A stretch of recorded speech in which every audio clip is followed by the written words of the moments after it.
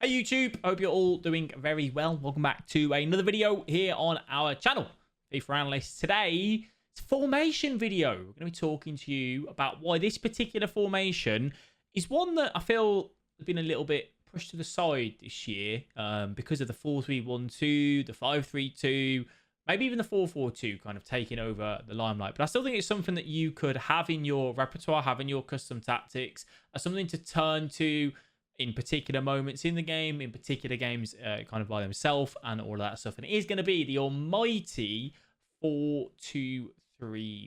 Now, the 4-2-3-1 obviously has been a staple in people's formations over the last few years because it is just one of the most balanced, which is what we're going to do today. We're going to talk to you about that, show you some examples of how it works defensively, how it works in attack, and just to build up and absolutely everything. As always, if you enjoyed the video, leave a like, subscribe to the channel, all of that jazz.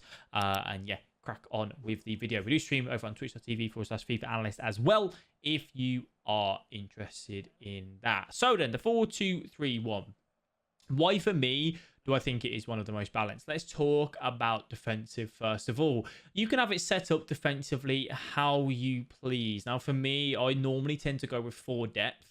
4 depth and 4 width tends to work for me quite well on the 4-2-3-1. I have been trialing 7 depth, 8 depth with the auto offside trap. I personally, and I've talked about this in plenty of other videos, I'm not a fan of that auto offside trap purely for the fact of that you've always got one numpty AI defender that goes, oh, we're meant to step up now, and it leaves someone on, on side. I prefer to offside trap myself, down on the D-pad. That works quite well. So that's why I go for the 4 depth, 4 width. Now, I always recommend, as a whole, 4 width in defense because it makes your team compact, right? It brings your right back and your left back slightly more tucked in, almost as, other centre backs, really, which helps massively in just compacting that middle, especially if you're against the 4-3-1-2. Now, the downside to it is that you are going to allow a lot of room out on the wing, which, your wingers may need to come back and help out with that. Your right centre defensive mid, your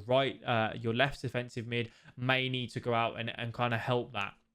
A good opponent can spot, a narrow width in defense and exploit the overload on the wing. So just do be mindful of that. Now, when it comes to having your attackers, where do you want them in that defense? I personally don't run come back on defense on my right attacking mid and left attacking mid. I feel like it makes it very hard for me to play out from the back then because, they're just so deep that I don't have that ball down the line to just get it out to my winger. So I don't run that, but you may want to create 2 lines of 4 if you wanted to do that. You can have obviously your fullbacks on stay back, your 2 centre defensive mids, and then your right attacking mid and left attacking mid coming back, which makes the 2 lines of 4. That's how it sets up defensively. How are you going to use it though? You need to use your 2 centre defensive mids to run around in the middle, to cover the passing lanes, to cover the dangerous passes to the strikers. The passes out to the wings you can initially allow and then defend manually, but your 2 centre defensive mids are going to be your almost staple in stopping anyone from getting up against your centre backs.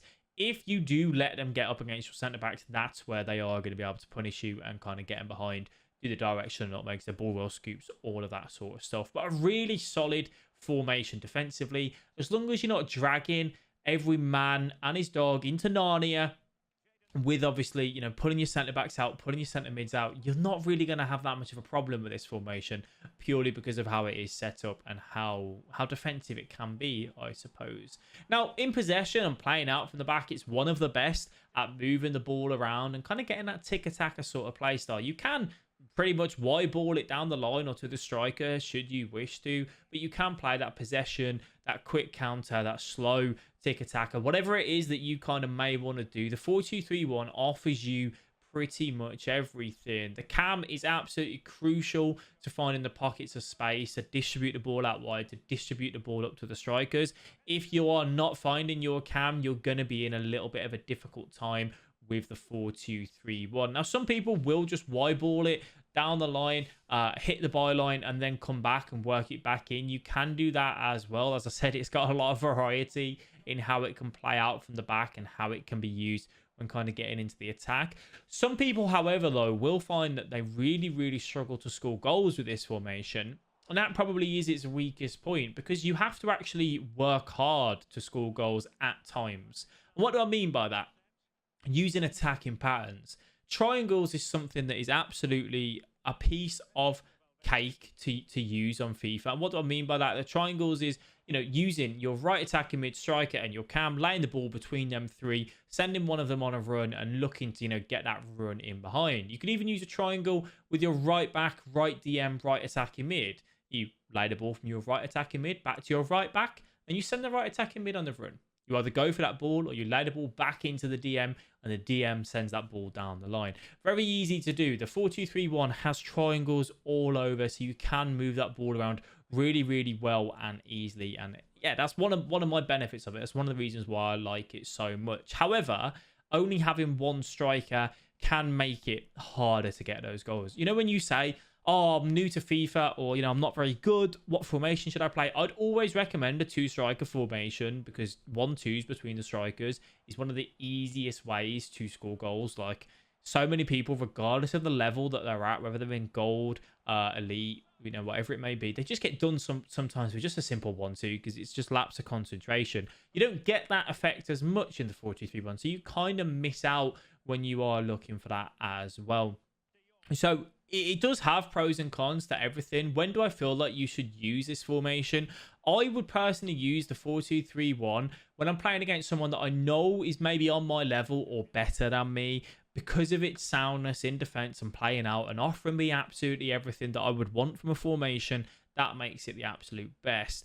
If you are 3-1 up in the 60th minute, you could change to this formation, have it set up in a particular way where you have your fullbacks on stay back. You don't commit too many men forward, and you're just looking at taking time off the clock. You could do that as well. Can you use it from minute 1 as a go-to? This is my lovely formation. Yeah, you could do. Just make sure you've got other tools in your arsenal. Maybe switch into a 4-4-2 or 4-3-1-2. If you're just finding your attack to be a little bit stale, then you may want to change, to something else if you needed to. But honestly, I feel like it's just one of those formations that everyone can use. Everyone should have it in their arsenal at any point. It obviously does have pros and cons, against particular formations as well. And having the overload out on the wing can be a little bit of a detriment, unless you have your foot wingers on comeback on defense. But yeah, I do think it's something that has been a little bit overlooked. And I think a lot of people are so adamant that 4-3-1-2, the 4-4-2 is so good, and they are, and they're fantastic formations, but they're not willing to see a game out. And I think it's one of the best formations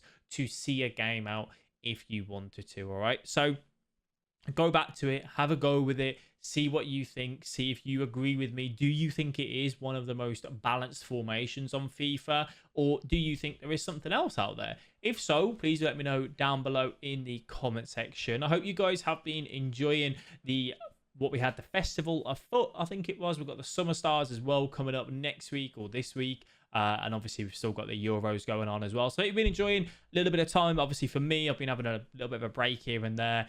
Kind of just uploading as and when on FIFA 21. Looking forward very much to FIFA 22. We have got EA Play as well coming up in the next few weeks, where we won't see anything about FIFA really. But we start to get excited again, which is the main thing. So thank you all for watching. I do appreciate it. I will pop some tactics up on the screen now for you as well. These are the tactics that I'm currently running on the 4-2-3-1. They're really not anything that spectacular or special, so I'll whiz through them to round up the video for you. Thank you all for watching. Catch you in the next one. Bye-bye.